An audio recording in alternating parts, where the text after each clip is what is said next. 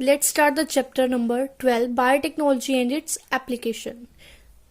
What is biotechnology? Bio means होता है living and technology means technique.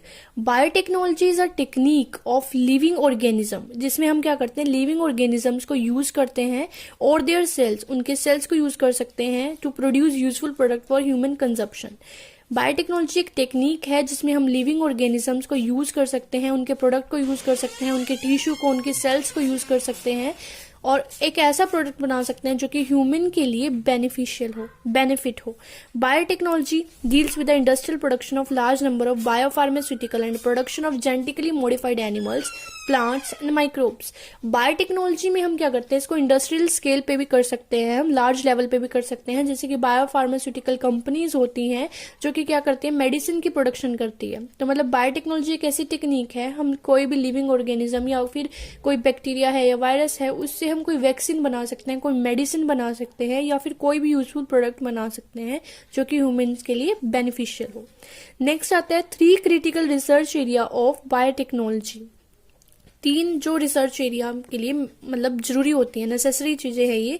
Providing the best catalyst in the form of improved organism, usually a microbe और a pure enzyme. जो भी हम catalyst क्या होता है, जो कि कोई भी रिएक्शन को एनहेंस कर देता है, जिसकी स्पीड को इंक्रीज कर देता है. तो हमें कोई भी अगर ऑर्गेनिज्म ले रहे हैं जिसमें हम एक्सपेरिमेंट कर रहे हैं तो वो बिल्कुल प्योर होना चाहिए, इम्प्रूव फॉर्म में होना चाहिए. Second, creating optimal conditions through engineering for a catalyst to act. और अगर वो कैटालिस्ट की तरह वर्क कर रहा है तो वो एक एंजाइम की तरह वर्क कर रहा है, तो हमें उसके लिए ऑप्टिमल कंडीशंस करनी होंगी. ऑप्टिमल कंडीशंस मीन्स जैसे अगर ज्यादा टेम्परेचर हो जाता है तो मान लो कि कोई भी ऐसा बैक्टीरिया है या कोई एंजाइम है जो कि 50 डिग्री सेल्सियस पे अपना वर्क जो है अच्छे से कर सकता है. अगर 50 से अबव हो गया तो वो डिग्रेड हो जाएगा, 50 से लो हो गया तो भी वो काम नहीं कर पाएगा, इनएक्टिव हो जाएगा. तो उसके लिए जो ऑप्टिमल कंडीशन होगी वो 50 डिग्री सेल्सियस टेम्परेचर होगी. तो ऑप्टिमल मतलब जिसमें वो अच्छे से काम कर पाए, एक्टिव हो पाए. ठीक है. नेक्स्ट आता है डाउनस्ट्रीम प्रोसेसिंग. डाउनस्ट्रीम प्रोसेसिंग में मेनली आती है वो टेक्नोलॉजी जिसमें हम अगर हमने कोई भी प्रोडक्ट बनाया है तो उसको हम बिल्कुल प्योर फॉर्म में मतलब प्योर फॉर्म में होना चाहिए वो बिल्कुल, क्योंकि उसमें से जितनी भी होंगी इम्प्योरिटीज भी होंगी उसको भी हमें क्या करना है, दूर करना है. या फिर डिस्टिलेशन प्रोसेस है या कोई भी प्रोसेस है, और अगर हम कोई भी प्रोडक्ट लेके आते हैं तो पहले मार्केट में लाने से पहले उसको हम क्या करते हैं, प्यूरिफाई करते हैं. तो ये हो जाती है डाउनस्ट्रीम प्रोसेसिंग. नेक्स्ट आता है there are 3 options for increasing food production. हमारे पास 3 ऑप्शंस है फूड प्रोडक्शन को इंक्रीज करने का. एक तो एग्रोकेमिकल बेस्ड एग्रीकल्चर, केमिकल का यूज करके एग्रीकल्चर करना. नेक्स्ट है organic agriculture, organic products use करना.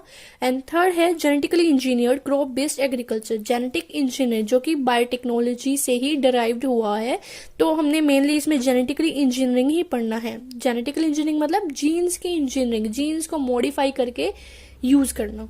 नेक्स्ट है use of genetically modified crop is the application of biotechnology to minimise the use of fertilisers and chemicals and to increase the yield of crop production.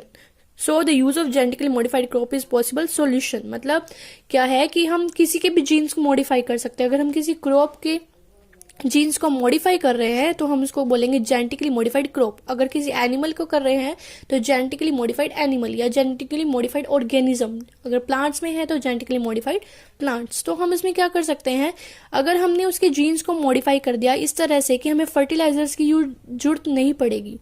ठीक है. आगे example से clear हो जाएगा कि हमें फर्टिलाइजर्स की जरूरत क्यों नहीं पड़ेगी, क्योंकि हम उसके अंदर ऐसे चीज इनकॉर्पोरेट कर देते हैं जो कि उससे पेस्ट से छुटकारा दिला देते हैं, तो हमें पेस्टिसाइड की जरूरत ही नहीं पड़ेगी. ठीक है. तो यही एक बेस्ट सॉल्यूशन है जिससे हम क्रॉप्स को बचा सकते हैं. नेक्स्ट आता है genetically modified organism. Genetically modified organism क्या होते हैं, मैंने अभी बताया कि द ऑर्गेनिज्म हुज जीन्स, जिसके हमने जीन या डीएनए को ऑल्टर कर देते हैं. ऑल्टर मतलब चेंज करना या मॉडिफाई करना बाय मैनिपुलेशन. ठीक है. मॉडिफाई करके कॉल्ड जेनेटिकली मॉडिफाइड ऑर्गेनिज्म. जिनके जीन्स मॉडिफाई हो चुके हैं या जिनके जीन्स को मॉडिफाई कर देते हैं उसे बोलते हैं जेनेटिकली मॉडिफाइड ऑर्गेनिजम्स. हम प्लांट्स को कर सकते हैं, बैक्टीरिया को कर सकते हैं, फंगस को कर सकते हैं, ईस्ट को एंड एनिमल्स को. Genetically modification has, genetically modification से बेनिफिट क्या है, made crops more tolerant to abiotic stress. अब हम क्या कर सकते हैं कि जो क्रॉप्स हैं एबायोटिक स्ट्रेस मतलब कोल्ड, ड्रॉट। एबायोटिक मीन्स क्या होता है, नॉन लिविंग स्ट्रेस, या फिर जो एनवायरनमेंट से रिलेटेड है, कोल्ड है, ड्रॉट है, सोल्ट है, हीट है। अगर जैसे ड्रॉट हो जाता है तो क्रॉप्स होती हैं वो नहीं हो पाती हैं, जैसे सूखा पड़ जाता है, या ज़्यादा ठंड है तो भी क्रॉप्स होती हैं वो डैमेज हो जाती हैं। तो हम क्रॉप्स के अंदर ऐसे जीन्स को इंट्रोड्यूस कर सकते हैं जो कि वो इनके टॉलरेंट बना दे। टॉलरेंट मतलब उनके अंदर सहन शक्ति जो है वो इंक्रीज हो जाए उससे, और उन पर कोई फर्क ना पड़े इससे, अबायोटिक स्ट्रेस से। ठीक है। नेक्स्ट है reduce Reliance dependence on chemical pesticide, मतलब और ऐसे जीन्स मॉडिफाई कर दें कि हमें पेस्टिसाइड को छिड़कना ना पड़े, मतलब पेस्टिसाइड का स्प्रे करने की जरूरत ही नहीं है। उसके अंदर ऐसे जीन्स हैं कि अगर कोई पेस्ट खाएगा तो वो खुद ही डिग्रेड हो जाएगा। नेक्स्ट है help to reduce the post harvest losses.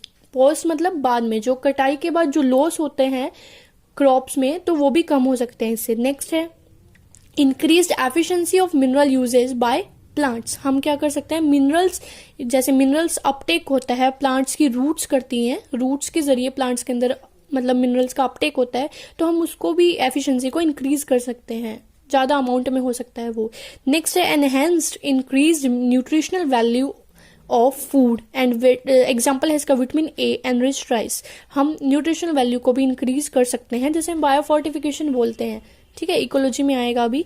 तो विटामिन ए जो है उसको हमने एनरिच कर दिया है, जो राइस ऐसे बनाए हैं जिसमें विटामिन ए जो है वो सबसे ज्यादा है। एग्जाम्पल जैसे ब्राउन राइस भी सुना होगा आपने, ब्राउन राइस भी यूज किया जाता है क्योंकि इसमें न्यूट्रिशनल वैल्यू जो होती है वो ज्यादा होती है। नेक्स्ट है अदर कैरेक्टरिस्टिक्स हैं इसकी, जैसे they are capable of producing pharmaceutical useful proteins and vaccine. हम कोई भी प्रोटीन बना सकते हैं, वैक्सीन बना सकते हैं। दे डिग्रेड नॉन बायोलॉजिकल वेस्ट, हम जो नॉन बायोलॉजिकल वेस्ट है उसको डिग्रेड कर सकते हैं, या फिर कोई भी वेस्ट है उसको डिटॉक्सीफाई कर सकते हैं, उसको प्योर कर सकते हैं, उसके टॉक्सिन्स को रिमूव कर सकते हैं बायोटेक्नोलॉजी का यूज करके, जेनेटिक इंजीनियरिंग का यूज करके। नेक्स्ट है दे एनहेंस एंड टू फिक्सेशन। हम नाइट्रोजन को फिक्सेशन में भी हेल्प कर सकते हैं, क्योंकि नाइट्रोजन जो होता है वो बहुत हैवी मेटल होता है। ठीक है, तो उसको भी फिक्सेशन में हम इजिली